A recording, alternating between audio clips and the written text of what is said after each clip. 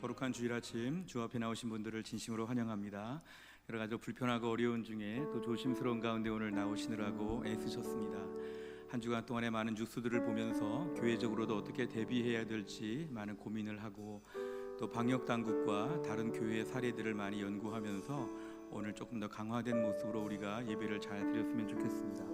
앉으실 때 보시면 이렇게 노란색 표시가 있는 부분에 저희 교회는 2m를 지켜서 이 좌석을 실시했습니다. 그래서 2m씩 이 좌석이 있는 데만 꼭 앉아주시도록 부탁을 드리겠습니다. 그리고 예배 시간에 이렇게 찬양할 때 또 기도할 때 또 마스크 때문에 많이 답답하신 줄 압니다만 좀 우리가 함께 좀 고통을 분담하여서 마스크를 벗지 않도록 마스크를 꼭 착용해 주시도록 부탁을 드리겠습니다. 우리 예배실에 들어오실 때나 또 예배 끝나고 나가실 때 사실은 붙어서 가까이 나가시는 경우가 없도록 한 1m나 2m 간격으로 예배 마친 다음에도 한꺼번에 나가시지 마시고 순차적으로 보시면서 차근차근히 나가셔서 나가실 때 이렇게 함께 붐비지 않도록 그렇게 좀 지켜주시면 감사하겠습니다. 교회적으로 매우 조심스럽고 어려운 가운데 있지만 우리가 철저하게 방역 수칙을 지켜서 예배를 드리고 하나님의 교회가 어려움을 겪지 않고 또 예배가 어려움을 당하지 아니하도록 힘든 때 아마 주님이 기뻐하실 것입니다. 이렇게 힘들어도 예배 자리를 지키고 이렇게 어려워도 예배를 꼭 드리고자 하는 마음을 우리 주님은 다 아시고 주님은 흐뭇해 하시고 기뻐하시고 나중에 주 앞에 가는 날 우리에게 주님이 칭찬해 주실 것이라고 저는 믿습니다. 저나 우리 장로님들과 우리 모든 순장님들 모든 교육자님들 애쓰시고 수고하시는 가운데 오늘도 우리가 예배에 마음에 불편함이 없이 전심을 다하여 찬양하고 또 찬양을 열심히 하시기는 어렵지만 이 찬양의 분위기 가운데 앉아 계신 게 참 중요합니다. 작게 찬양하시더라도 앞에서 제가 열심히 찬양할 때 같은 마음으로 찬양의 기쁨을 누리시고 집에서 혼자 하실 수 없는 부분이 이런 부분이죠. 찬양하는 공동체 안에 있다는 것이 얼마나 행복이고 영광스러운지 이 영광스러운 예배 분위기 가운데 오늘도 1시간 동안 전심으로 참여하셔서 우리 예배 가운데 우리 주님을 만나고 코로나 시기를 감당할 만한 능력으로 다 같이 무장될 수 있기를 간절히 바랍니다. 함께 시간 찬양하며 주 앞에 나아갑니다.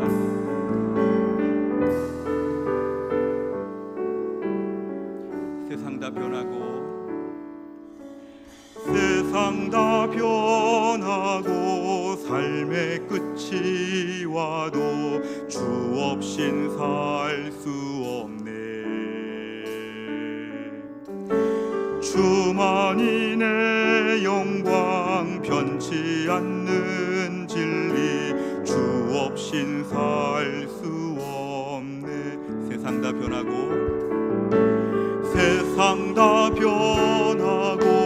삶의 끝이 와도 주 없인 살 수 없네. 주만이 내 영광 변치 않는 진리 주 없인 살 수 없네.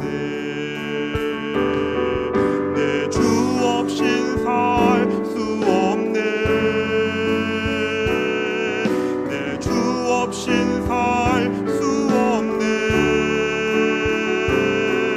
내 인생의 등대 내 삶의 소망 내 주 없인 살 수 없네.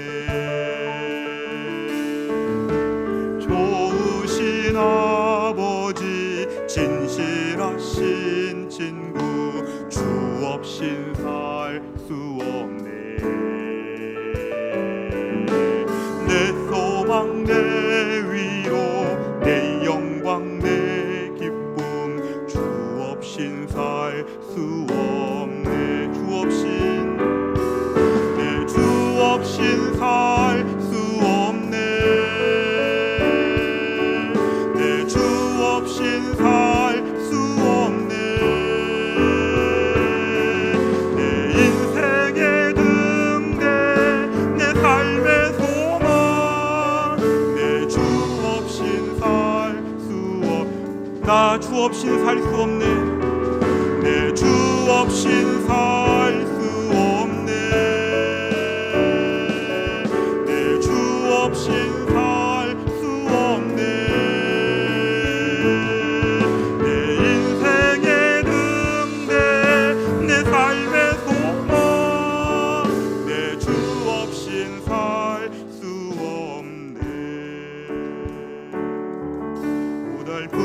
삶의 은혜도 무뎌지고 곧 사라질 것에 내 맘 두네. 헛되고 헛된 것들을 바라보며 그 은혜를 놓치며 살았네. 주어진 삶을 묵묵히 살아가며 날 붙드신 주 예수를 보내. 사망 가운데 놓여진 나의 삶을 날 건지신 그 이름 예수. 나의 한숨을 바꾸셨네. 주를 향한 노래로, 소망의 노래로 나의 눈물을 거두신 주 예수 이름 안에 살게 하소서. 나의 한숨을 바꾸셨네. 나의 한숨을 바꾸셨네. 주를 향한 노래로, 소망의 노래로 나의 눈물을 거두신 주 예수 이름 안에 살게 하소서. 고달픈 삶의 은혜도 무뎌지고 곧 사라질 것에 내 맘 두네. 헛되고 헛된 것들을 바라보며 그 은혜를 놓치며 살았네. 주어진 삶을 묵묵히 살아가며 날 붙드신 주 예수를 보내. 사망 가운데 놓여진 나의 삶을 날 건지신 그 이름 예수. 나의 한숨을 바꾸셨네. 주를 향한 노래로, 소망의 노래로 나의 눈물을 거두신 주 예수 이름 안에 살게 하소서. 나의 눈물을 거두신 주, 나의 눈물을 거두신 주 예수 이름 안에 살게 하소서. 아멘.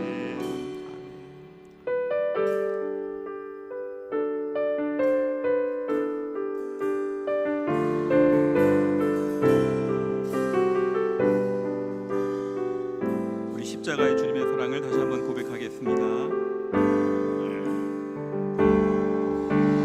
아버지 사랑 내가 노래해. 아버지 은혜 내가 노래해.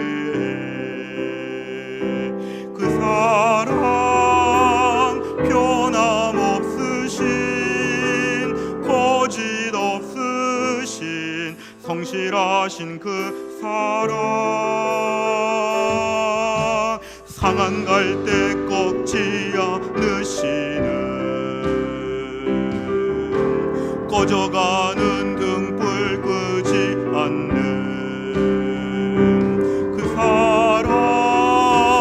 변함없으신, 거짓 없으신, 성실하신 그 사랑.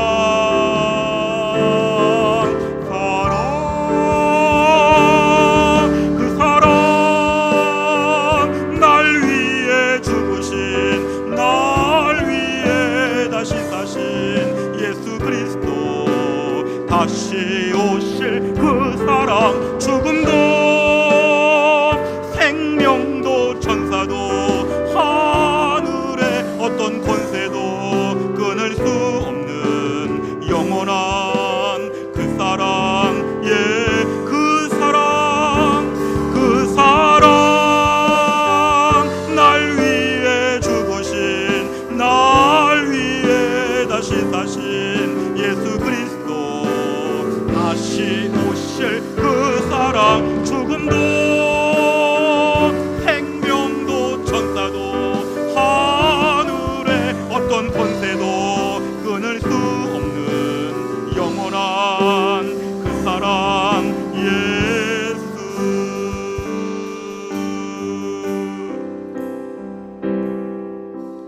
이 세상을 살아가는 동안에 나의 힘을 의지할 수 없으니 기도하고 낙심하지 말 것은 주께서 참 소망이 되심이라. 하나님의 꿈이 나의 비전이 되고 예수님의 성품이 나의 인격이 되고 성령님의 권능이 나의 능력이 되길 원하고 바라고 기도합니다. 주의 길을 걸어가는 동안에 세상의 것 의지할 수 없으니 감사하고 낙심하지 말 것은 주께서 참 기쁨이 되심이라.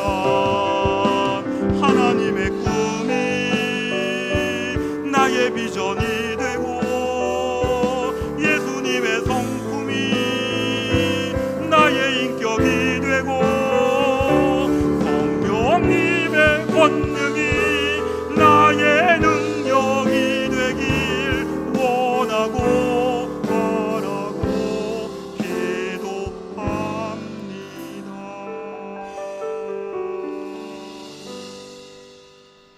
거룩한 주일 아침 주 앞에 나오신 모든 분들을 진심으로 환영합니다. 다 자리에서 일어나셔서 다 함께 창조의 아버지를 부르시면서 영광스러운 주의 보좌 앞으로 나아가겠습니다.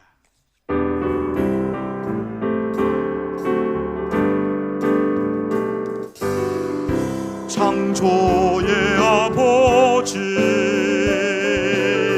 그 섭리보이사 택하신 세대 일으키어 이 땅을 고치소서.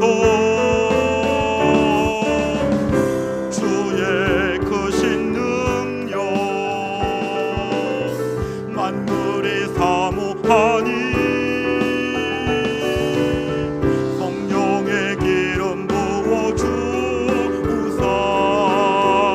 시간 임하소서. 주 영광 여기 임하사 열방 향해 금이 비추소서. 주의 얼굴 구할 때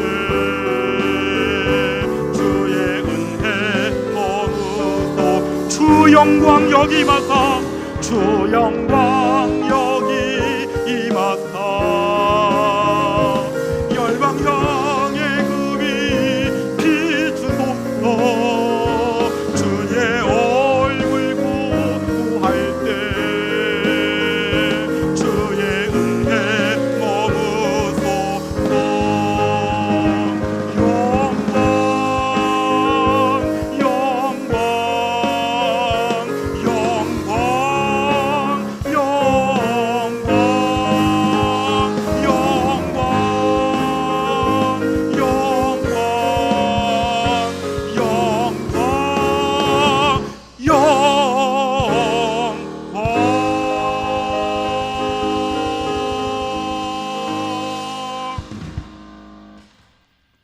할렐루야. 내가 여호와께 아뢰되 주는 나의 주님이시오니 주 밖에는 나의 복이 없다 하였나이다.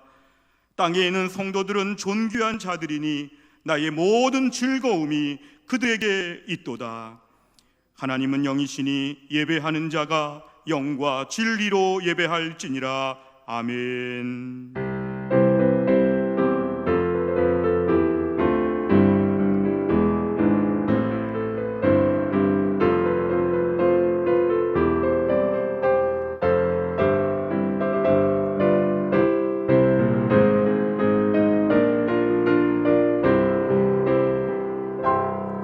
거룩한 주일, 영광스러운 주님 앞에 저희가 함께 모였습니다.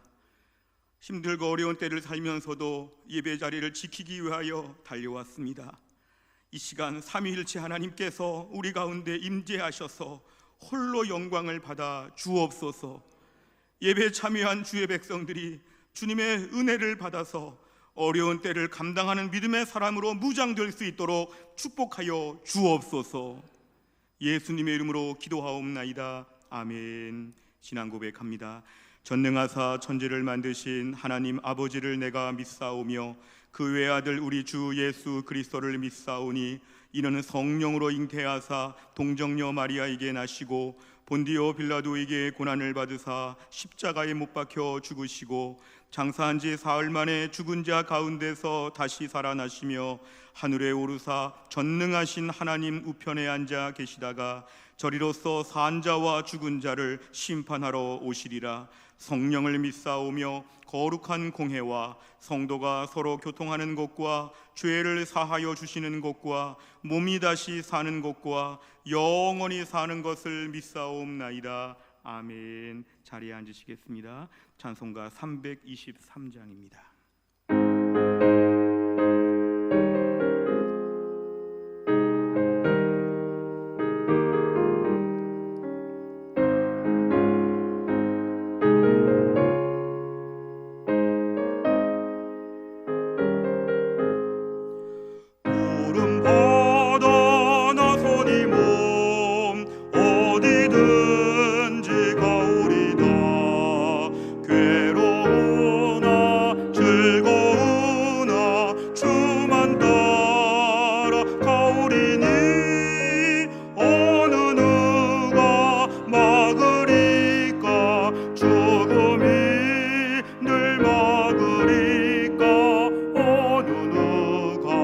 막으리까 죽음인들 막으리까 악을 골짝 빈들에도 복음 들고 가오리다. 소돔 같은 거리에도 사랑하고 찾아가서 종의 몸에 지닌 것도 아낌없이 드리리다. 종의 몸에 지닌 것도 아낌없이 드리리다. 존귀 영광 모든 권세 주님 홀로 받으소서. 멸시천대 십자가는 제가 지고 가오리다. 이름 없이 빛도 없이 감사하며 섬기리다. 이름 없이 빛도 없이 감사하며 섬기리다. 아멘.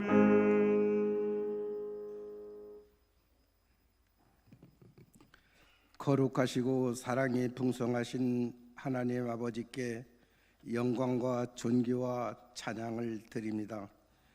오늘 거룩한 성일의 만민 중에서 성별하사 우리를 주일 예배에 초청하시고 예배자로 불러주셔서 감사합니다. 우리들은 진실로 하나님을 즐거워하며 기뻐합니다. 그러나 우리의 연약함으로 주중에는 세상 욕망에 따라 살다가 주일에는 회개하고 용서받는 것을 끝없이 반복하는 주일 그리스도인이었습니다. 이 시간 하나님의 자비와 긍휼을 구하오니 불쌍히 여기시고 용서하여 주시옵소서. 사랑의 주 하나님, 저희의 연약한 모습 가운데에서도 은밀히 지켜보시는 주님께 돌아가기를 원합니다. 그 어떤 다른 것들이 아닌 오직 주님만을 바라보게 하소서. 주님, 이 땅과 저희들 안에 하나님의 질서와 평화를 회복시켜 주시고 창조의 목적과 섭리에 따라 살게 하시며 그 길을 걸어가는 것이 저희에게는 참된 자유와 기쁨이 됨을 알게 하옵소서. 성령 하나님, 우리의 마음을 주님께 쏟아낼 때 하나님의 영으로 새롭게 하시고 실패를 걱정할 때 그곳이 다시 시작하는 에베네셀이 되게 하시며 이 땅의 공의와 희망에 좌절될 때 우리 주 하나님 안에 있는 참된 소망을 발견하게 하옵소서. 2020년 하반기도 만만치 않은 수 있는 한 해 더 만만치 않은 믿음으로 견디고 이겨내는 혜성교회와 성도들이 되게 하옵소서. 하늘의 뜻을 이 땅에 이루신 하나님, 오늘의 이 깊은 어둠의 시간에 공의와 희망이 좌절될 때 특히나 코로나19로 마음의 아픔과 경제적 어려움이 많은데 지도자는 근본적인 정책에 충실할 수 있어야 함에도 여론에만 과도하게 집착하는 모습을 보면서 이러한 진영 논리가 거세지는 현실이 안타까울 뿐입니다. 더 이상 급하게 우회하지 않게 하옵소서. 바른 판단을 주시옵소서. 주님, 혜성교회 교육부서에서는 여름 사역을 준비하고 있습니다. 모든 프로그램 속에 하나님의 마음을 담게 하시고 참가자들을 눈동자처럼 보호하사 각종 안전사고와 질병으로부터 지켜주시옵소서. 또한 좋은 날씨를 허락하시어 진행에 어려움 있게 하시고 모두에게 주어진 환경에 감사할 수 있는 넉넉한 마음을 허락하여 주시옵소서. 이 시간 제단에 세우신 담임 목사님께 대언의 영을 내리시다 준비한 메시지를 전하실 때 우리의 심령의 귀가 열리게 하시고 성령의 감동을 받아 가정과 교회가 살아 움직이는 역사가 일어나게 인도하여 주시옵소서. 모든 것을 믿사옵고 우리 구주 예수님의 이름으로 기도드립니다. 아멘.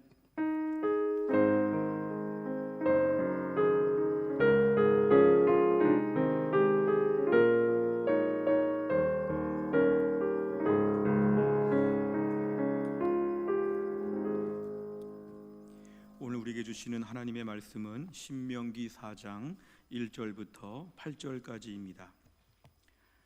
구약성경 신명기 4장 1절부터 8절까지의 말씀, 구약 266페이지가 되겠습니다.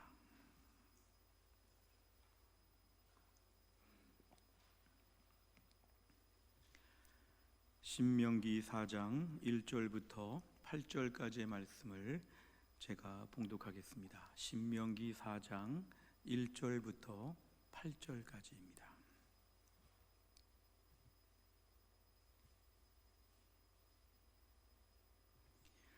이스라엘아, 이제 내가 너희에게 가르치는 규례와 법도를 듣고 준행하라.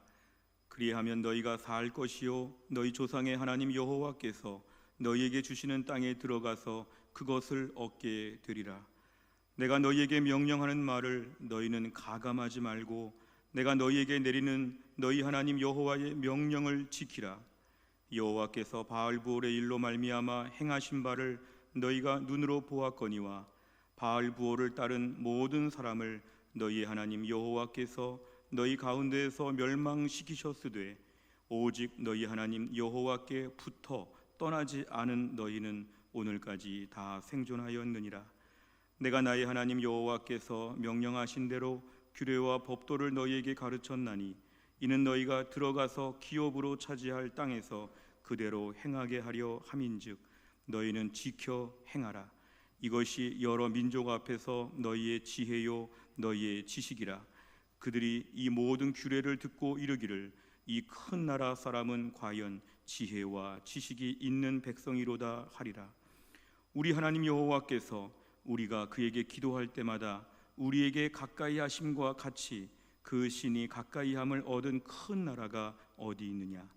오늘 내가 너희에게 선포하는 이 율법과 같이 그 규례와 법도가 공의로운 큰 나라가 어디 있느냐. 아멘. 기도하겠습니다. 하나님, 오늘 저희가 예배를 드리며 이제 하나님 말씀을 듣는 시간입니다. 하나님 말씀을 증거하는 주의 종을 성령 충만하게 하셔서 이 말씀 가운데 권세와 권능 있는 메시지가 선포되어지게 하여 주옵소서.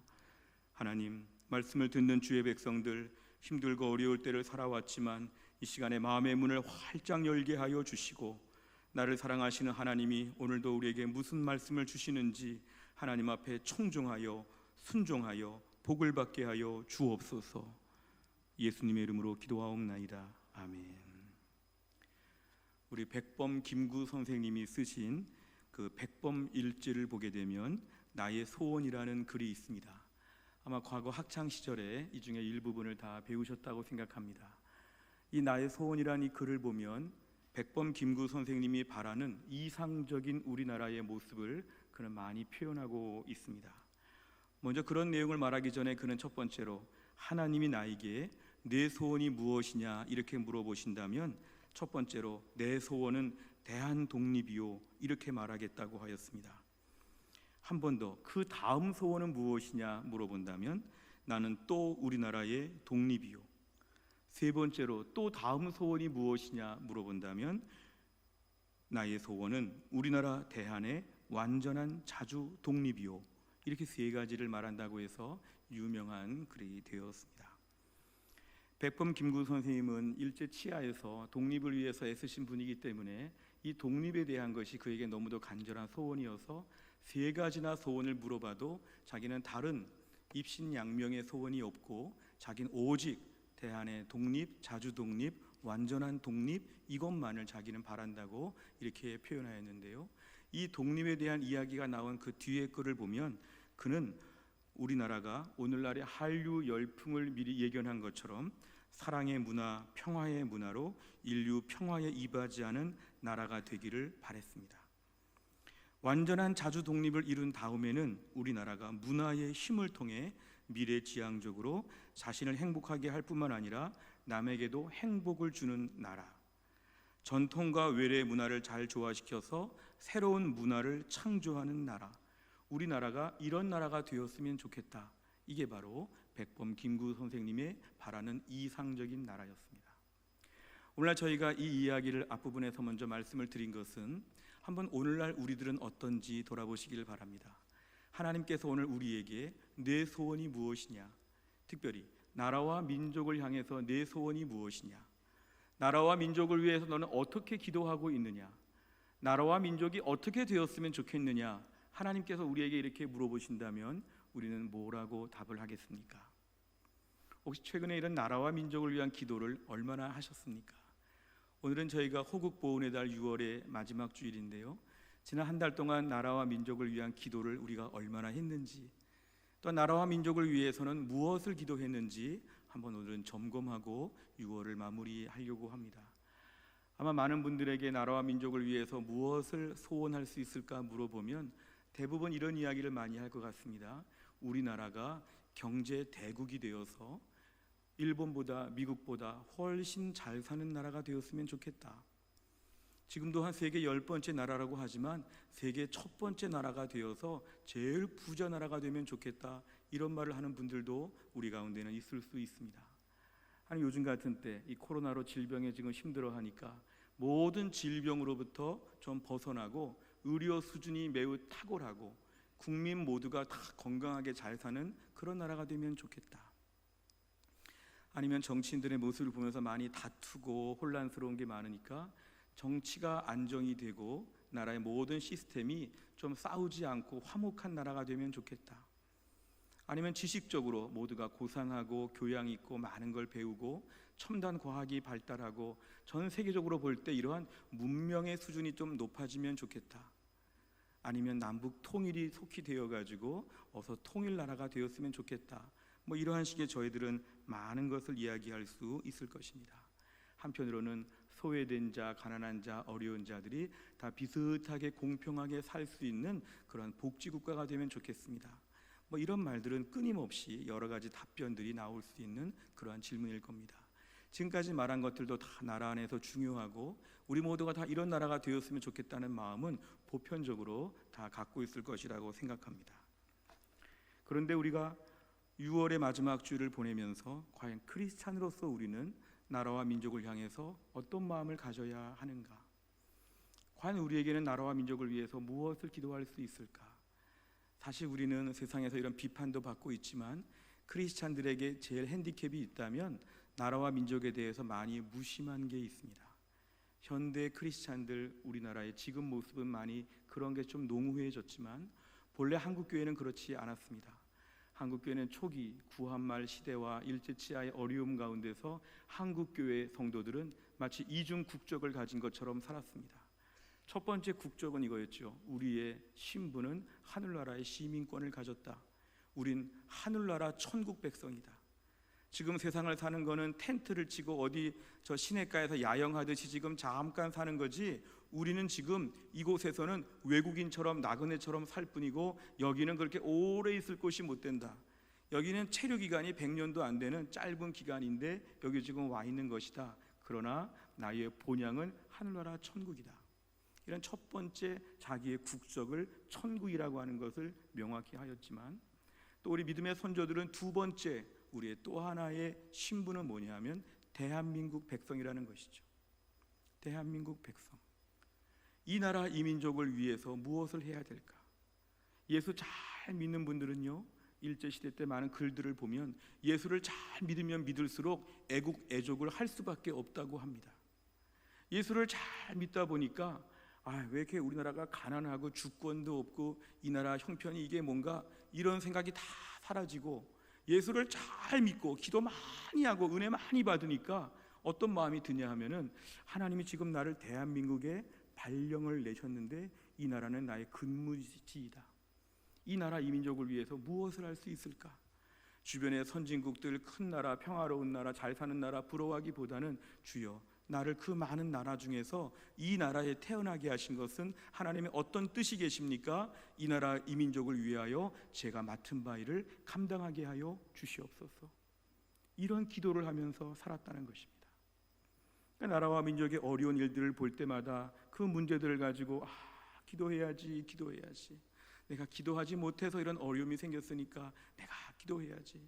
매일 신문 보면서 울고 뉴스 보면서 울고, 자기 삶에 웬만큼 모든 것이 안정이 되어도 걸핏하면 저 기도원에 올라가서 기도하고, 평일날도 교회 나와가지고 하루 종일 기도하고, 밤새도록 기도하다가 새벽 기도에 참석하고 집에 가고, 뭔가 이러한 나라와 민족을 위한 기도로 하루 종일 나라와 민족을 염두에 두고 살았던 것이 우리 믿음의 선조들이었습니다.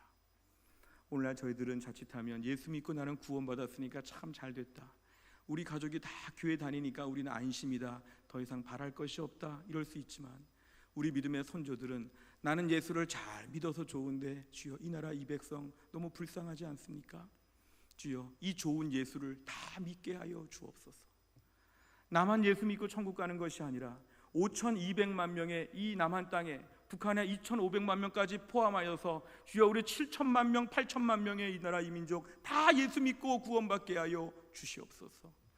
이게 우리의 전통적인 신앙의 선조들의 일반적인 기도 제목이었습니다. 그래서 예수를 믿고 나서 내가 복을 받으면 좋겠다 보다는 이 예수를 다 믿으면 좋겠고, 예수를 다 믿어서 이 나라 이 민족이 하나님의 복을 받으면 좋겠다고 하는 이러한 애국 애족의 마음이 우리 신앙의 선조들에게는 다 있었다는 것입니다. 우리가 오늘 이런 것들을 좀 마음에 염두에 두면서 오늘 본문을 묵상해 보도록 하겠습니다. 오늘 본문을 보시면 이제 모세가 광야 40년을 다 마무리하면서 요단강을 건너기 직전에 모압 평지에 모여서 이스라엘 백성들 전체 앞에서 그동안에 들은 설교 말씀을 세 편으로 쪼개가지고 최종 복습하는 것이 신명기의 말씀입니다. 옛날에 다 들었던 말씀을 다시 한번 말씀하는 것이고, 부모 세대가 다 들었던 말씀을 이제 자녀 세대, 이 세대에게 다시 한번 주시는 말씀이 오늘 본문의 말씀입니다. 저는 성경을 통독하다가 이 신명기 오늘 본문에 있어서 6절을 보니까 큰 나라 사람이라는 이 대목이 그렇게 마음에 특별하게 여겨졌습니다. 큰 나라 사람. 다른 번역을 보면은요, 위대한 나라, 위대한 백성.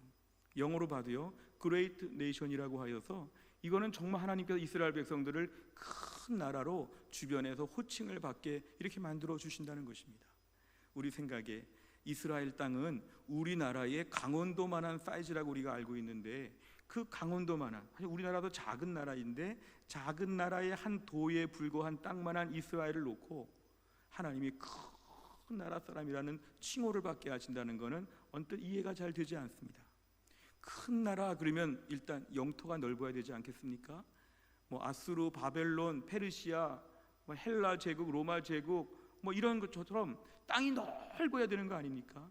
주변에 많은 땅을 다 점령하고 다 쩔쩔매고 뭐 이 정도는 돼야 큰 나라 백성이라고 하는데, 오늘 본문의 이스라엘 백성은 다윗과 솔로몬 시대까지 다 합쳐서 최고의 전성기까지 다 후하게 영토를 잡아봤자 우리나라의 강원도밖에 안 되는 작은 나라. 근데 하나님께서 이 이스라엘을 향해서 큰 나라 사람들이라는 호칭을 받게 하신다는 것은 무슨 뜻일까요? 뭔가 기준이 좀 우리랑 다르지 않습니까? 하나님은 무슨 기준을 가지고 이스라엘을 큰 나라라고 이렇게 말씀하여 주실까요? 그 답은 오늘 5절과 6절에 나와 있습니다.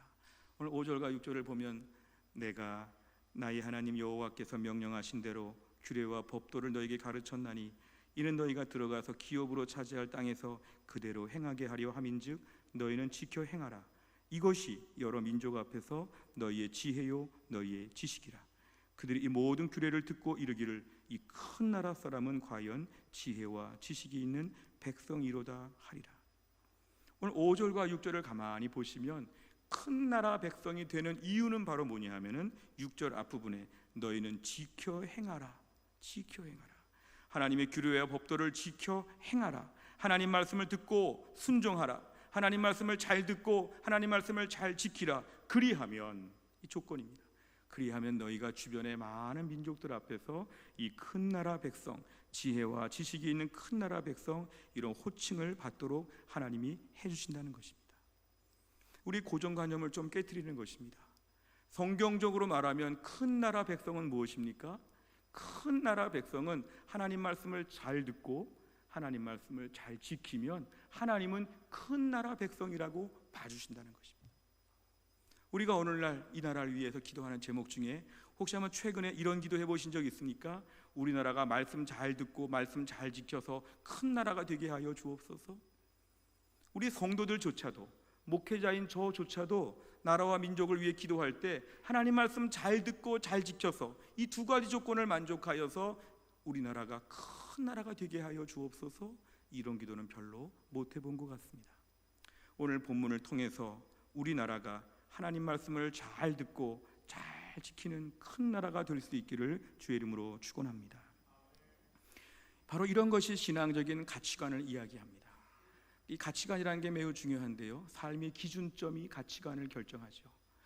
우리가 집에서 애들을 키울 때도 우리 집안에서 아이들을 놓고 아이들이 공부 잘하면, 아이들이 키가 크고 예쁘고 잘생기면, 아이들이 칭찬 많이 받고 잘하면 우리들은 애들을 잘 키웠다고 생각하고 만족합니다.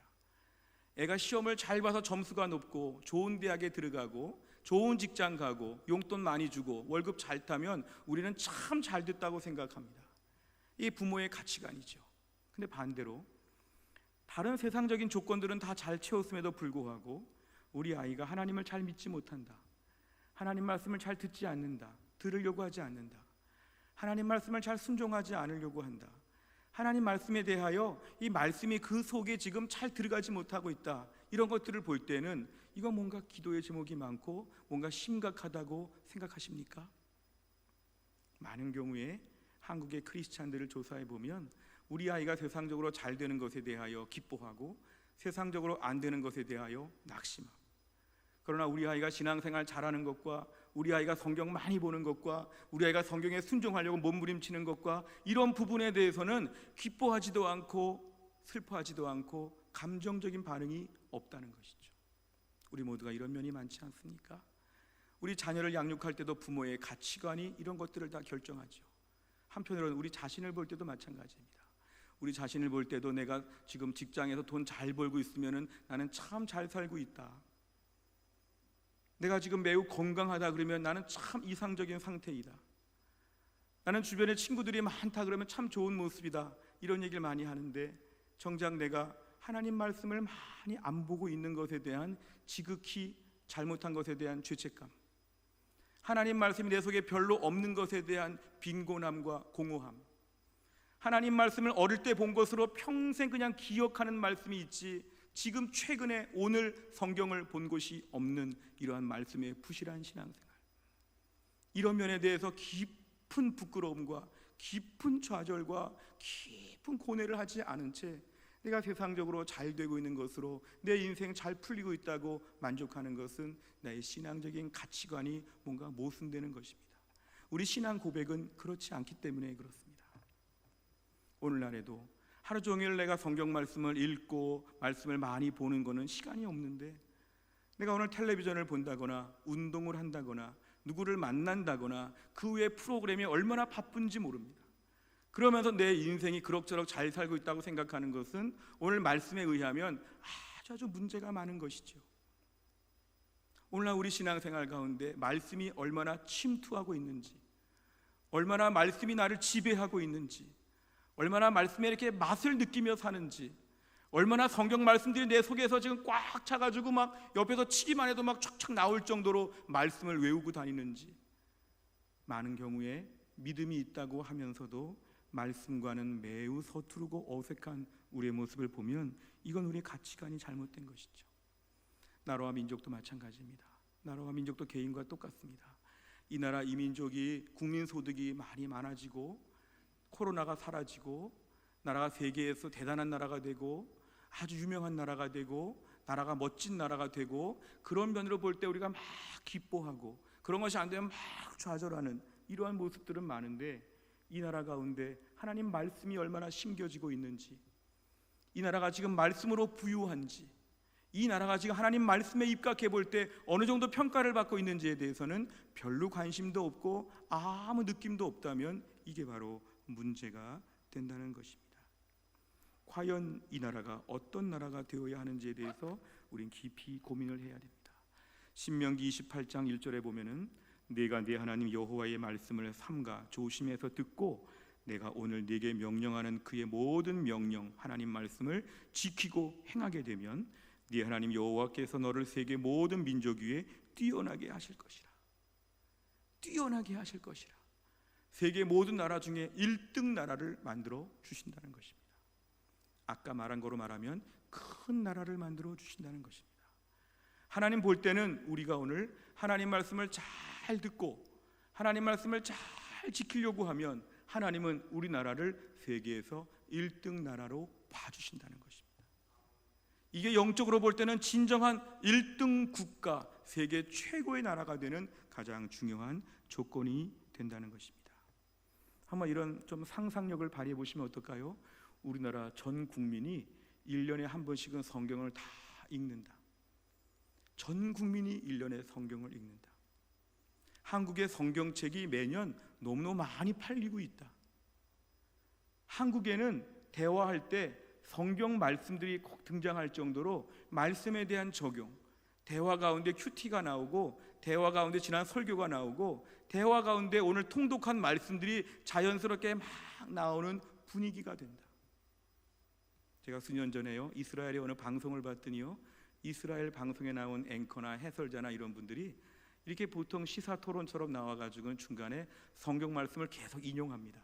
너무 특별했는데요. 성경에 뭐 이사야 몇 장 몇 절의 말씀이 이렇지 않습니까? 뭐 이러면서 TV 토론을 하는 그 이스라엘 방송이 너무 신기했습니다.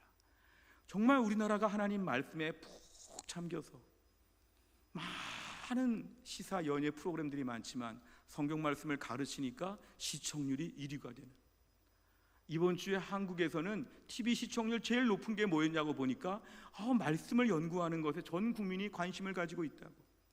우리나라가 이런 나라가 되면 얼마나 좋을까요? 하나님 말씀을 끊임없이 보고 하나님 말씀을 묵상하고 하나님 말씀을 계속 읽는 것에서 온 국민의 삶의 희열과 만족을 누리는, 하나님 말씀을 어디 보았다는 것이 일반 주제가 될 수 있는, 우리나라가 좀 말씀 가운데 좀 입각한 나라가 되면 얼마나 좋을까 한번 좀 상상해 보시기를 바랍니다. 1635년에 영국에서 위쪽에 있는 스코틀랜드 지역의 에딘버러의 그레이스 프라이어스 교회에서는 전 국민이 하나님 앞에서 언약을 맺었습니다.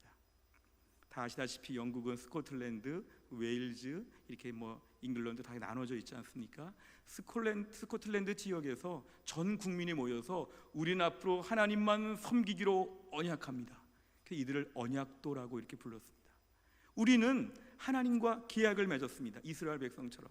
그래서 우리는 앞으로 전 국민이 하나님 말씀 읽고 하나님 말씀 묵상하고 하나님께 순종하는 것에 우리 민족은 다 약속을 합니다. 나도 하나님과 약속을 했고 우리끼리도 약속을 했고 우리가 하나님과 이 약속을 지키겠습니다. 이 언약도의 신앙 정신이 나중에 얼마나 교회의 유산이 되었는지 모릅니다. 중요한 건 이것이죠. 오늘날 하나님 아버지 우리나라가 이런 나라가 되게 하여 주옵소서. 길거리에 성경 말씀들을 많이 볼 수 있고 온 국민이 하나님 말씀을 지키려고 애쓰는 나라가 되면 얼마나 좋을까? 오늘 말씀에 의하면 이런 나라가 세계에서 뛰어난 민족이고 이런 나라가 세계에서 제일 큰 나라가 된다는 것입니다. 출애굽기 19장 5절부터 6절까지를 보면은요, 세계가 다 내게 속하였나니 너희가 내 말을 듣고 잘 듣고 내 언약을 지키면, 두 가지 조건 나왔습니다. 너희는 모든 민족 중에서 내 소유가 되겠고 너희가 내게 대하여 제사장 나라가 되며 거룩한 백성이 된다. 오늘 이 부분은 잘 보셔야 될 거는 하나님 앞에 큰 나라가 되고 세계에서 뛰어난 백성이 되면 옛날 제국주의적인 방식으로 주변 나라를 침략하고 압제하고 괴롭히는 이런 못된 민족 되는 것이 아니라 하나님께 축복을 받아가지고 세계 최고의 민족이 되고 1등 국가가 되게 되면 하나님이 우리를 승격시켜 준다는 것입니다. 올해가 대전이 광역시가 된 지가 31년 됐다고 말을 들었는데요, 보통 시에서 이제는 광역시가 된 거죠. 좀 특별한 위치에 대전은 올라왔죠. 보통 시들이 많죠. 저 의정부에도 다 시고 다 시지만 대전은 좀 더 특별한 큰 도시이죠. 한 도시가 광역시가 되고 특별시가 되는 것처럼 우리 똑같은 인생, 똑같은 나라 하나님께서 어떻게 해주시냐면 승격시켜 주신다는 것입니다. 성경적인 승격은 뭐냐면은 제사장 나라로 만들어 주신다는 것입니다. 제사장 나라의 뜻은 뭘까요? 제사장의 역할을 한다는 것입니다.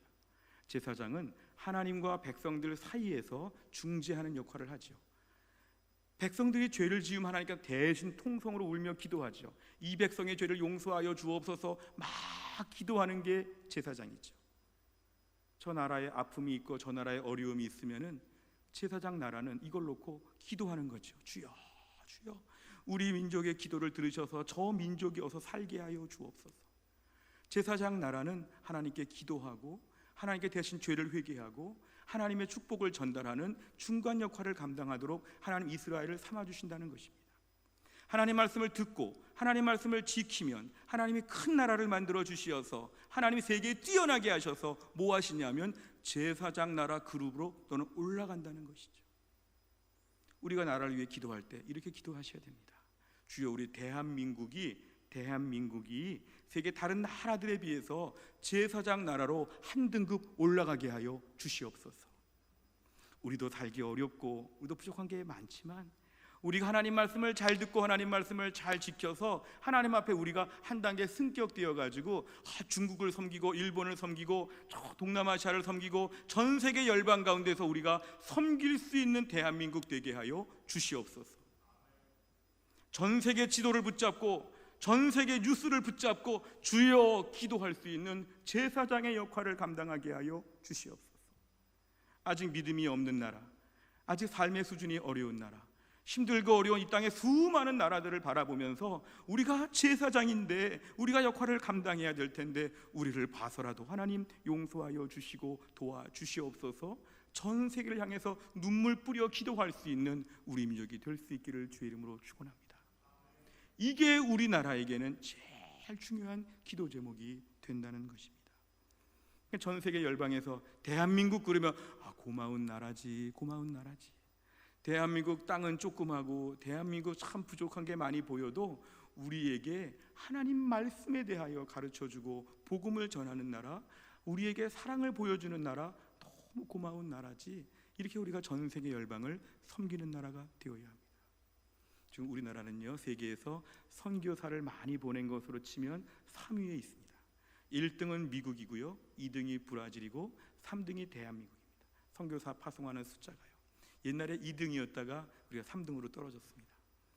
우리 기도 제목이 있다면, 주여 우리나라가 전 세계 열방에 선교사 제일 많이 보내는 나라가 되게 하여 주시옵소서. 우리나라가 전 세계 열방의 어려운 나라들 다 도와줄 수 있는 하나님의 축복을 보여주는 나라가 되게 하여 주시옵소서. 이게 바로 나라와 민족을 위한 중요한 기도 제목이 된다는 것입니다. 그리고 오늘 똑같은 인생을 살면서도 뭔가 이러한 일을 맡게 될 때 우리 인생이 얼마나 특별한지를 우리가 안다면, 나라도 이러한 나라와 민족이 되는 것이 얼마나 축복이고 특권인지를 저희는 알아야 됩니다. 오늘 말씀의 7절과 8절을 보시면 이런 나라가 되는 것이 얼마나 특권인지를 얘기합니다. 우리 하나님 여호와께서 우리가 그에게 기도할 때마다 우리에게 가까이 하심과 같이 그 신이 가까이 함을 얻은 큰 나라가 어디 있느냐. 오늘 내가 너희에게 선포하는 이 율법과 같이 그 규례와 법도가 공의로운 큰 나라가 어디 있느냐. 오늘 모세는 설교하면서 이러한 축복을 아무나 받는 게 아니라는 것이죠. 하나님 말씀 잘 듣고 하나님 말씀 순종하고 큰 나라가 되고 뛰어난 나라가 되면서 제사장 역할을 감당하는 이 축복 아무나 주시는 게 아니라는 것입니다. 이러한 삶 자체가 특권이자 축복이라는 것을 오늘 모세는 강조합니다. 우리나라가 지금 자급자족하고 우리끼리 살기도 빠듯하다 이렇게만 생각하지 않고요, 우리나라가 전 세계 열방에 다니면서 복음을 전하고 사랑을 전하고 제사장의 역할을 감당하는 일을 꾸준히 하게 된다면 이것이 바로 우리에게는 어려운 부담을 지는 것이 아니라 이것이 진정한 축복이고 보람인 것을 우리는 알아야 합니다. 보람이 있는 일입니다. 어느 한 나라가 있었는데 자기네 알아서 잘 사는 나라가 되는 거, 이거는 사실은 다른 나라에게는 무익한 일이죠. 근데 어느 한 나라가 있었는데 그 한 나라가 세계의 중심에서 모두를 도와주는 나라가 됐다는 것은 큰 특권이고 축복이죠. 어떤 분들은 너무 오지랖이 넓습니다. 그냥 우리끼리 살기도 바쁜데 왜 그런 일까지 합니까? 이러면서 혼자 편하게 있읍시다 이렇게 말하지만, 이런 것은 하나님께서 우리에게 요구하시는 것이 아니고 우리를 자꾸 한 단계 더 강등시켜 나가는 나라와 민족의 수준을 낮춰가는 것입니다. 오히려 지금 우리나라 민족의 기도 제목은 뭐냐 하면, 우리나라가 이런 면에서 전 세계 열방을 섬기는 나라가 되게 하여 주시옵소서. 우리나라와 우리 민족을 통해 누군가 도움을 받게 된다는 것은 매우 보람된 일입니다. 대한민국이 있기 때문에 다른 나라가 복을 받는다. 축복의 통로가 된다는 것은 우리 민족으로서는 정말 영광 중의 영광이고 축복 중의 축복입니다. 최근 대구의 의료진들에 대한 많은 이렇게 프로그램 인터뷰들이 나왔는데요, 대구에서 일하셨던 의사분들의 인터뷰하는 걸 보니까 때론 대구 아닌 지역에서도 대구에 가서 더 헌신한 분들이 많이 계시는 이야기를 들으니까 정말 무더위 가운데 고생을 많이 하셨습니다. 근데 그 중에 어떤 분도 너무너무 고생하고 괜히 왔고 후회했고 어려움만 겪었다고 말하는 분은 하나도 안 계시고요, 대부분 뭐라고 말하냐면 이렇게 말합니다. 내가 오늘 의사가 된 것이 너무 행복하고 보람되다고, 내 달란트를 쓸 수 있는 것이 너무 영광스럽다고, 나 때문에 수많은 사람들, 사실 우리는 확진자들을 피하는데 일부러 확진자들을 더 만나야 되는 의사 입장에서는 매우 두렵고 불안한 것이었는데, 이렇게 얘기를 하는 것이죠. 보람된 인생이었습니다. 보람된 인생이었습니다. 어찌 보면 제가 의사 된 것이 오늘을 위한 것이 아니었는지 너무 기쁘고 감사했습니다. 이게 바로 보람이라는 게 생겼다는 것이죠. 오늘 우리나라가 기도해야 될 제목은 이것입니다. 우리나라 때문에 전 세계를 섬기면서 하늘의 기쁨과 보람을 느끼게 하여 주시옵소서. 우리나라가 이런 나라가 되어서 전 세계를 섬기는 보람을 느끼게 하여 주시옵소서. 사실 오늘날도 개인적으로 이런 보람들이 참 중요한데요, 오늘 목회자가 목회할 때 교회에서 어려운 일도 있고 힘든 일도 많지요. 어떻게 보면 목회하면서 여러 사람들을 대하기 때문에 기쁜 일도 있고 좋은 일도 있고 어려운 일도 있는 건 다 마찬가지죠. 그런데 목회자가 힘들다 어렵다 이렇게 말하지 않는 것은 목회하면서의 보람이 있기 때문에 그렇습니다. 예수를 몰랐던 사람이 예수를 알게 되고, 믿음이 아주 연약했던 분들이 믿음이 점점 세워져 가는 것을 이렇게 눈으로 지켜보는 보람과 기쁨이 있습니다. 저뿐만이 아니라 순장님들도 마찬가지죠. 다락방 안에 순원들을 볼 때 믿음이 좋은 순원도 있고 믿음이 약한 순원도 있지만 다락방 안에 순원들의 믿음이 막 좋아지고 기도하는 자세가 달라지고 은혜 받는 태도가 달라지고 말씀을 읽어 나가고 삶이 변화되는 순원들을 볼 때 우리 순장님들은 아마 벅찬 희열과 보람을 느낄 것입니다. 이게 바로 보람이라는 것이죠. 오늘 하루 이 땅을 살면서 이런 보람을 추구하는 것이 너무 중요하고 값지다는 것을 저희는 다 기억하고 있습니다. 제가 6.25 전쟁에 대한 자료를 최근에 보다 보니까요, 6.25 전쟁에 모두 16개국이 와서 전쟁에 참여했는데 미군이 얼마나 왔냐 하면 48만 명이나 왔습니다. 거의 50만 명 가까운 미군이 와서 그 중에서 36,900명이 넘게 전사했습니다. 6.25 전쟁에 우리에게 10,000명 이상 보내준 나라들은 좀 외우면 좋을 것 같았습니다. 미국이 50만 명 가까이 보냈다면 영국이 우리에게 5만 명을 보내고, 그 다음에 캐나다가 25,000명을 보내고, 터키가 10,000명을 보냈습니다. 그 이하의 몇천 명 수준으로 쫙 보냈지만 제일 조금 보낸 나라가 작은 나라 룩셈부르크가 우리에게 83명을 보냈습니다. 전 세계에서 6.25 전쟁에 달려온 이런 많은 나라들이 있었습니다. 용인의 죽전에 있는 새 에덴 교회에서는요, 14년째 6.25 참전 용사들을 지금 이렇게 초청하여서 이분들을 위해서 고마운 마음을 표현해 왔다고 합니다. 지금 80, 90 다 이런 분들이신데요, 나이 드신 분들이 오셔가지고 너무너무 기뻐하고 좋아합니다. 기뻐하고 좋아하면서 뭐가 기쁜가 봤더니 옛날 그 전쟁의 모습을 기억하고 자기 나라로 갔는데 대한민국이 70년 만에 이 정도 나라로 이렇게 바뀌어진 걸 볼 때 자기가 그때 와서 이 전쟁터에서 고생하고 수고한 것이 너무 보람되다는 것이죠. 자기는 심지어 지금 장애가 있어서 계속 다리 한쪽이 없거나 온몸에 장애가 있고 힘들었어도, 또 그때 죽을 뻔한 위험들이 많이 있어도 너무 보람된 건 뭐냐 하면은 그 한국이 지금의 한국이 되었다는 걸 생각하면 너무 고맙다고, 너무 좋다고 이런 이야기를 합니다. 이게 다 뭘까요? 보람이라는 것입니다. 내가 누군가를 섬기면 거기에 따르는 보람이 있는데, 우리나라 대한민국이 전 세계 앞에서 섬기는 나라가 될 때 우리 민족은 보람의 기쁨을 누리게 될 것입니다. 우리가 제사장 나라가 되어가지고 주변의 많은 민족들을 섬길 수 있다면 이것이 바로 뭐냐 하면은 진정 우리 민족이 추구해야 되는 앞으로의 비전과 꿈이 된다는 것입니다. 지금까지 말씀드린 이 나라의 모습은 다 부러운 나라의 모습이었습니다. 우리나라가 이런 부러운 나라가 되고 전 세계가 부러워하는 나라가 될 수 있기를 주의 이름으로 축원합니다. 한 가지를 더 덧붙이면요, 오늘 말씀의 제목은 부러운 나라, 부끄러운 나라입니다. 잘 보시면 글자 수가 하나 다르면서 글자 하나가 있고 없고 차이죠. 부러운지 부끄러운지. 근데 오늘 본문의 3절에서는 부끄러운 얘기를 조금 언급하고 있어서 이 말씀 저도 같이 언급하겠습니다. 오늘 민수기 25장 1절에 보면은 이스라엘이 시딤에 머물렀더니 그 백성이 모압 여자들과 음행하기를 시작하니라. 오늘 3절은 저 말씀을 지금 인용하는 것입니다. 모압과의 이스라엘과의 관계에 있어서 모압의 왕은 점쟁이 같은 사람을 불러다가 이스라엘을 저주하라고 막 요청합니다. 그 모압 왕의 그 저주를 부탁하는 것이 얼마나 애처로운지 몇 번씩이나 저주해 달라고 부탁을 하는데, 그 용한 점쟁이 같은 사람이 이 발람이라고 한 사람이었는데요, 그 용한 점쟁이가 저주를 못해요. 하나님 백성들을 욕할 수가 없어요. 하나님 백성들에게 재앙을 선포할 수가 없었습니다. 왜냐하면 하나님이 막으셨기 때문에 그렇죠. 그러니까 이스라엘 백성들은 마치 하드 케이스에다가 무슨 조그마한 물건을 넣어놓은 것처럼 매우 안전한 모습이었습니다. 광야 40년 고생은 많이 했지만 하나님이 하드 케이스에다가 이스라엘을 속 집어넣어가지고 안전하게 왔죠. 아무리 저주하고 욕하고 모압이고 어디고 다 와도 이스라엘은 감히 건들 수가 없었죠. 그러니까 이스라엘은 겉으로 들어오는 외적인 침략에 대해서는 매우 튼튼했는데 이스라엘이 정작 망한 것은 내부적인 범죄였습니다. 뭐였냐면요, 그 모압이 이스라엘을 외적으로 무력으로 다 점령하려고 해도 아무 소용이 없었는데, 이스라엘 백성이 그 근처를 지나갈 때 모압 여자들이 음란하게 파티를 열면서 제사를 하면서 초대했습니다. 초대.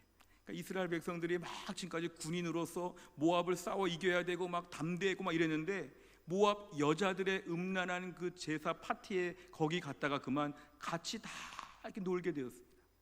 그래가지고 이날 갑자기 병으로 말미암아 24,000명이나 죽게 되는 연병으로 이들이 비참한 일을 겪게 되었습니다. 이게 바로 뭐였냐면 하나님 말씀을 어겼기 때문에 그렇죠. 하나님이 이스라엘을 철저하게 보호하시고 막 앞으로 하나님의 군대가 진행해 나가고 있는데 이스라엘 백성들이 모압 여자들과 함께 음란한 죄를 지으면서 아주 거침없이 무너져가지고 24,000명이 연병으로 다 죽었다는 것은 얼마나 부끄러운 역사인지 모릅니다. 이들이 왜 죽었을까요? 하나님 말씀에 어긴 것이었죠. 하나님의 말씀에 불순종하게 될 때 이들은 부끄러운 역사를 맞이하게 된 것입니다. 하나님 말씀을 지키면 하나님이 큰 나라 백성을 만들어 주시는데 하나님 말씀을 어기니까, 하나님 말씀대로 살지 않고 불순종하게 되니까 아주 교묘한 이 모압 여자들을 만나가지고 24,000명이 뭐 전쟁에서 죽은 것도 아니고 연병으로 다 죽었다는 것은 매우 부끄러운 역사가 됩니다. 사실 이스라엘 백성들 하나님 보호해 주시고 안정감이 있어서 어디 가나 이스라엘 백성 그러면 남들이 막 두려워했죠. 나중에 보면은 여리고에서도 두려워했죠. 이스라엘 백성이 언제 올까 두렵다. 하나님이 돌봐주시니까 이렇게 안정감이 있어서 아무나 건드리지 못하는데요. 그런데 문제는 뭐냐 하면은 겉으로 볼 때 안정되고 뭐 갖추고 화려하고 부유하고 아무리 모든 걸 갖췄다고 할지라도 문제는 하나님 말씀을 어기게 되면 그때부터는 부끄러운 역사로 바뀐다는 것입니다.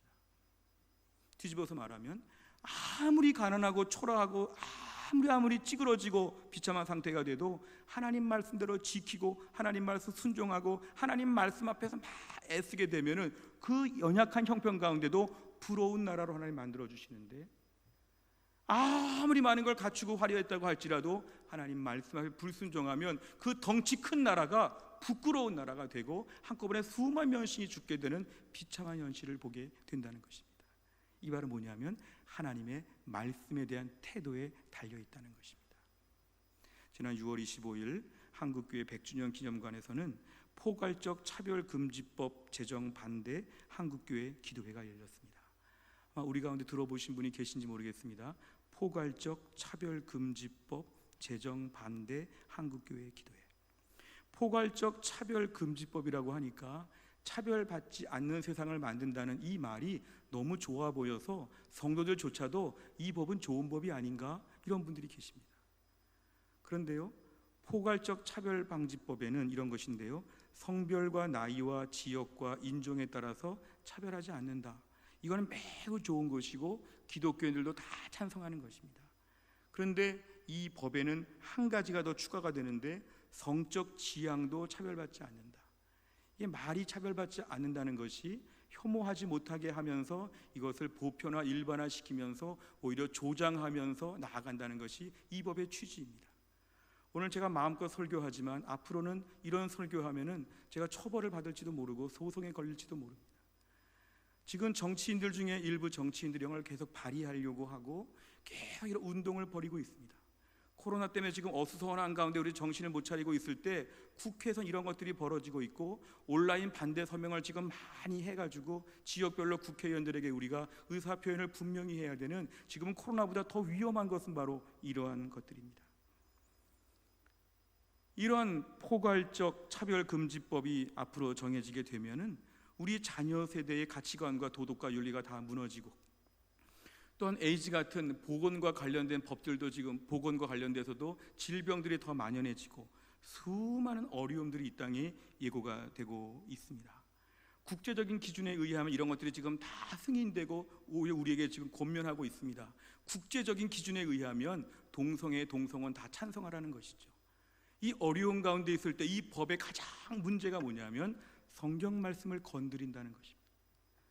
남자와 여자를 만드시고 소돔과 고모라 성은 아주 동성애 도시이고 고린도 지역도 성적으로 문란한 도시였고, 성경에 말하면 이 동성애나 이런 모든 것을 다 부정적으로 말하고 있는데 미국에서는 그런 설교 본문을 설교 못하게 한다. 목사가 성경에 나와 있는 내용 중에 동성애에 대해서 좀 이렇게 불편한 본문을 잡으면 목회자가 법에 걸린다는 거죠. 오늘 무서운 일들이 지금 자행되고 있을 때 제일 중요한 건 뭐냐면 하나님 말씀을 건드리는 게 더 큰 문제라는 것입니다.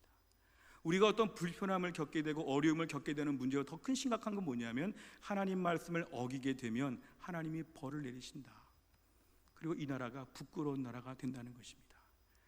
아무리 국제 기준에 우리가 부합하고 세계적인 큰 부유함을 누리는 대단한 나라가 된다고 할지라도 동성애, 동성혼을 비롯하여서 우리가 성적 지향을 다 인정하면서 이 나라가 성적으로 물러나고 아주 망가지게 되면은 이거는 하나님 말씀을 어기는 것이 되기 때문에 하나님 말씀을 어기면 반드시 부끄러운 나라가 됩니다. 나라와 민족을 위해서 기도를 많이 하셔야 됩니다.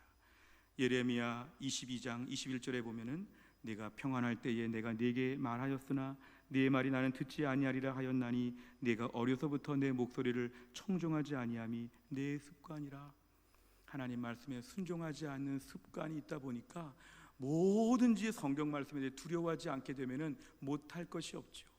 얼마나 무서운 일들이 벌어지고 있는지 모릅니다. 결론적으로 말하면 우리나라가 부러운 나라가 되어야 할 텐데 부끄러운 나라가 될 위험에 지금 처해 있다는 것입니다. 하나님께서 오늘 우리에게 보시는 기준은 뭐냐면은 하나님 말씀을 잘 듣고 하나님 말씀에 잘 순종하면 큰 나라가 되고 남을 섬기는 나라가 되고 한 단계 격상될 수 있는 부러운 나라가 될 수 있고, 하나님 말씀을 불순종하고 하나님 말씀과 어긋나도 남들이 괜찮다면 괜찮다고 하고 그냥 같이 이렇게 다 어울리게 되면은 말씀을 안 지키는 그들만이 아니라 이 공동체 전체가 어려움을 겪게 되면서 하나님이 벌을 하신다는 것입니다. 우린 지금 나라와 민족을 위해서 기도할 때입니다. 우리가 6월을 마무리하면서 무슨 기도 제목을 드릴까요? 이 나라 이 민족이 하나님 말씀을 잘 듣게 하여 주옵소서. 하나님 말씀에 잘 순종하게 하여 주옵소서. 우리나라 우리 민족이 말씀에 어긋난 일에 손대지 않게 하여 주시고 하나님 말씀을 잘 듣고 잘 지켜서 전 세계 열방 가운데 제사장 나라가 되게 하여 주옵소서. 복음을 알지 못하는 나라에 복음을 전하게 하여 주시고 하나님 알지 못해 혼란스럽고 엉망진창인 현실 가운데 복음의 능력이 사회와 능력을 회복시키는 이러한 축복의 통로가 되게 하여 주옵소서. 우리 민족이 이런 일에 쓰임받기를 원하고 우리 모든 성도들이 이러한 일에 함께 동참하여서 나라와 민족을 위한 기도의 불씨가 다 될 수 있기를 주의 이름으로 축원합니다. 기도하겠습니다. 하나님 아버지, 나라와 민족을 위해서 기도했던 6월의 마지막 주일입니다.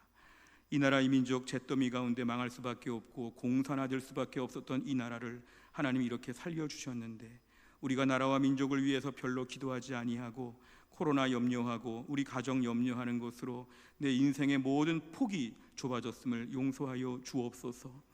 오늘 말씀 붙잡고 기도합니다. 이 나라 이 민족이 말씀을 잘 듣게 하여 주시고 말씀을 잘 순종하게 하셔서 하나님 볼 때 큰 나라, 뛰어난 나라, 제사장 나라가 될 수 있도록 우리 민족을 축복하여 주옵소서. 예수님의 이름으로 기도하옵나이다. 아멘. 찬송가 383장 1절 찬양합니다.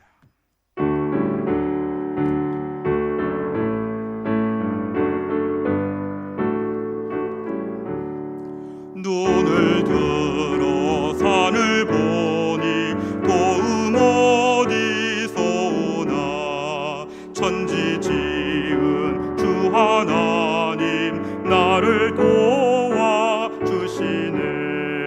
나의 발이 실족지 않게 주가 깨어 지키며 택한 백성 항상 지켜 길이 보호하시네. 아멘. 하나님 아버지, 오늘 저희가 주 앞에 나올 때 귀한 예물을 준비하여 하나님께 바칩니다. 이 물질을 하나님이 받아 주옵소서. 이 물질이 주님 나라 위에 귀하게 쓰여지게 하여 주시고 천국 복음을 증거하는 일에 값지고 요긴하게 쓰여지게 하여 주옵소서. 어려울 때 물질을 바치는 주의 백성들 코로나 시기에 견딜 만한 힘을 더하여 주시고 하늘의 창고를 여시사 많은 사람을 도와주는 축복의 통로가 될 수 있도록 함께하여 주옵소서. 예수님의 이름으로 기도하옵나이다. 아멘. 교회 소식 알려드리겠습니다. 우리 앞뒤 좌우에 인사하실까요? 반갑습니다. 주 앞에 나오신 분들을 환영합니다. 맥주 감사 주일을 첫 번째 광고로 예고하겠습니다. 다음 주일은 저희가 7월의 첫 번째 주일로서 맥주 감사 주일입니다. 맥주 감사 주일은 상반기를 돌아보면서 하나님께 감사할 내용들을 저희가 정리하는 시간입니다. 아마 많은 경우에 코로나 때문에 지금 고생 많이 하고 힘들었는데 감사할 것이 아무것도 없다 이럴 수 있지만 한번 한 주간 동안 깊이 묵상을 하시고 오늘 주보 사이에 넣어드린 이 봉투의 뒷면에다가 상반기 감사할 제목을 빼곡히 써보시길 바랍니다. 기계적인 감사도 중요하지만 실제적인 감사도 필요합니다. 한 주간 한 학기 동안 상반기의 모든 감사할 제목들을 다 써서 다음 주 아침에 올 때 어려운 가운데 드리는 감사가 진짜 감사입니다. 풍성한 감사를 주 앞에 할 수 있기를 바랍니다. 2020년 상반기 평신도 훈련이 6월 말로 종강합니다.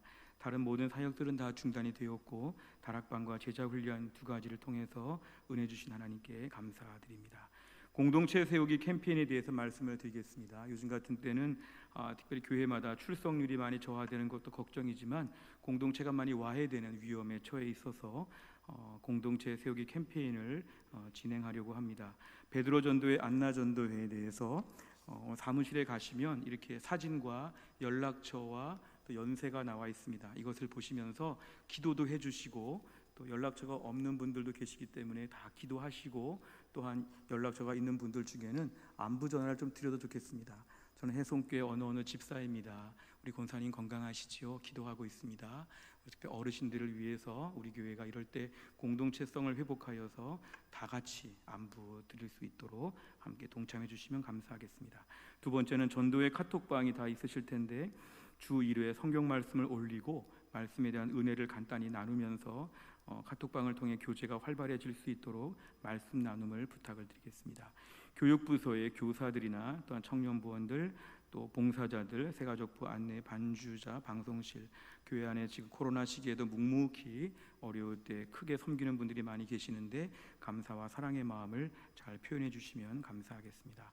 날마다 솟는 샘물 7호로가 나와 있는데요. 우리가 7호로 구입하셔서 말씀의 은혜를 계속 받으시고 이럴 때 개인 경건이 중요합니다. 집에서 큐티할 수 있도록 다음 달 구입 신청을 미리 하실 수 있고 또 집에서 받아보실 분들은 정기 구독을 하셔도 좋겠습니다. 부서별 회계장부 관계된 분들 참고해 주시길 바랍니다. 해송교회 코로나 방역 지침 안내를 잘 보아주시길 바랍니다. 교회가 준수할 사항들과 개인이 준수할 사항들과 교회 차량이 준수할 사항들을 세세하게 써놨습니다. 잘 보시고 지켜주시기를 바랍니다. 특별히 개인별로는 예배실 안에서 2m 거리마다 노란색 표지가 붙어 있습니다. 그래서 교회 안에서는 2m 간격을 두고 뛰어앉는 것에 좀 유의해 주시기를 바라고 예배 끝나고 나가실 때 한꺼번에 나가시면 너무 이렇게 촘촘하게 붙어 가셔서 방역 지침과는 좀 어긋납니다. 좀 번거로우시지만 나가실 때 순차적으로 천천히 나가시기를 바랍니다. 그래서 퇴실 시에도 1m, 2m 간격을 유지해 주시기를 바랍니다. 그 외의 내용들을 잘 읽어보시고 우리 교회가 철저하게 방역을 지키려고 할 때 위에서 준수해 주시고 기도해 주시기 바랍니다. 교우 소식입니다. 영원한 안식입니다. 우리 강희옥 집사님 모친 되시고 류승관 집사님의 장모님께서 지난 화요일 날 하나님의 부르심을 받으셨습니다. 그래서 교회 장례 일정들이 있었는데 보시면 만나시면 위로의 인사를 나눠주시기를 바라고 가정을 위해서 기도해 주시기를 바랍니다. 나머지 내용들은 주보를 참조하시면 되겠습니다. 자리에서 일어나시겠습니다. 다 함께 383장 2절을 찬양합니다.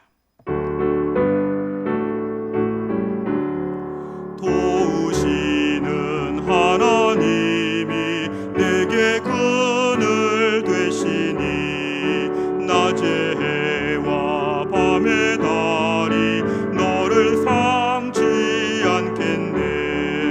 내게 화를 주지 않고 혼을 보하시며 너의 주님 지금부터 영영 인도하시리. 아멘. 기도하겠습니다.